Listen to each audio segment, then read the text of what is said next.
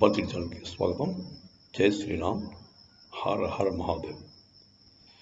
2024 election results నిన్న వచ్చాయండి. June 4th.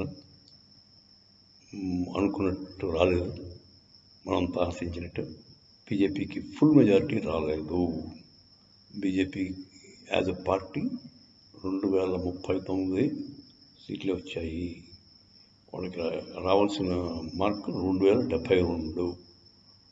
But NDA కూటమికి 290 దాకా వచ్చాయి.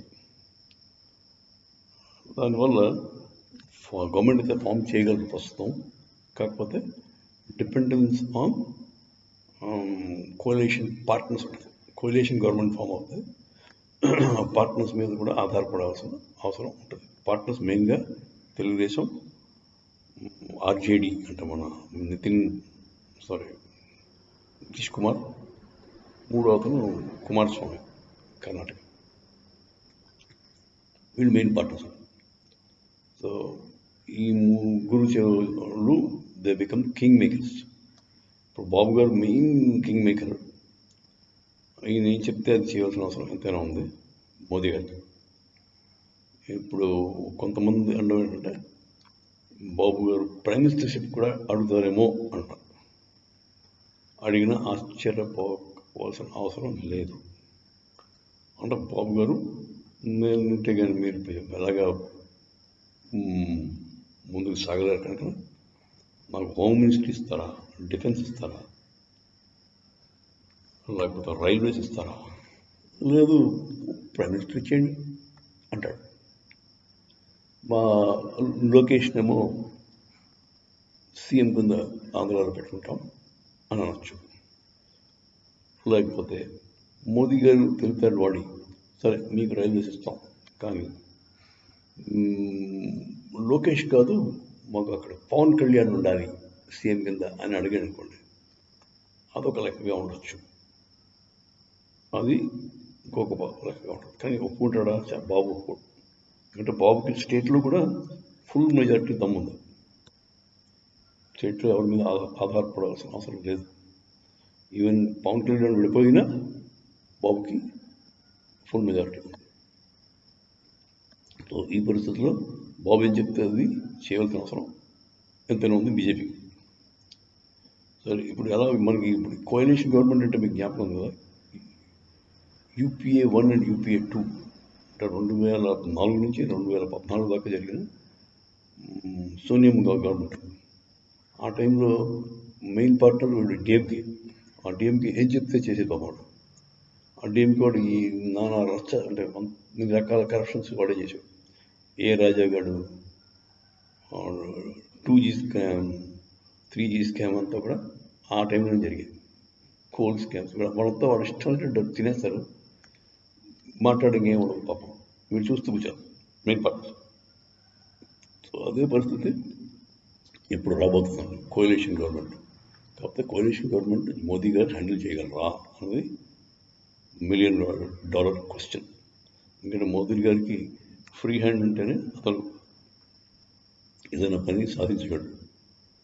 ఆయన చేతులు కట్టు కట్టేసి ముందుకెళ్ళుంటే కొంచెం కష్టం. యాక్చువల్గా ఈ టైప్ ఆఫ్ ఓటమి అంటే బీజేపీ ఓటమైనా అంటే చెప్పాలి. ఈ కారణం జార్జ్ సోరస్ ప్లస్ చైనా హస్తం క్లియర్గా అందరికీ అనిపిస్తుంది. లేకపోతే ఇది ప్రజల తీర్పు కాదు. ఇది మరి చైనా వాడు ఎలా చేశాడు అంటే మన ఆర్టిఫిషియల్ ఇంటెలిజెన్స్ ద్వారా చేశాడా?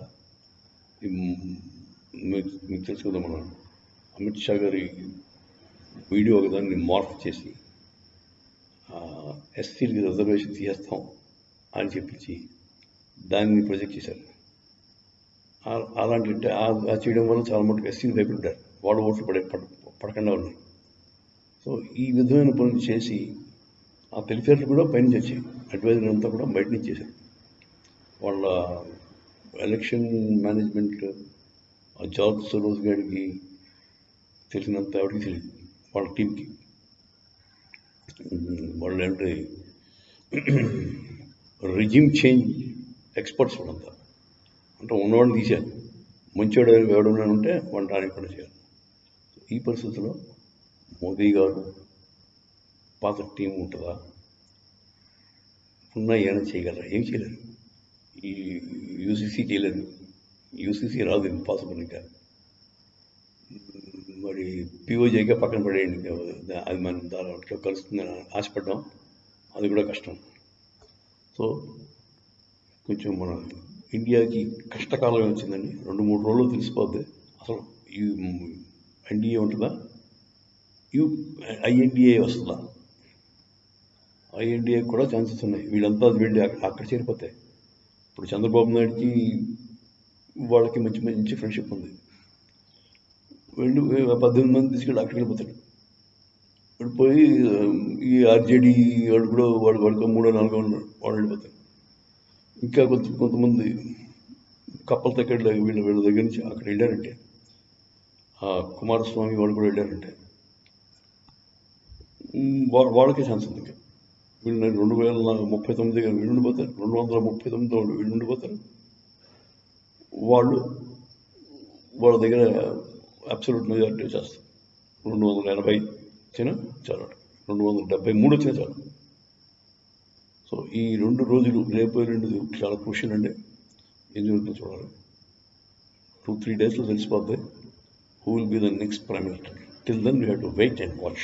Jai Shri Ram. Har Har Mahadev.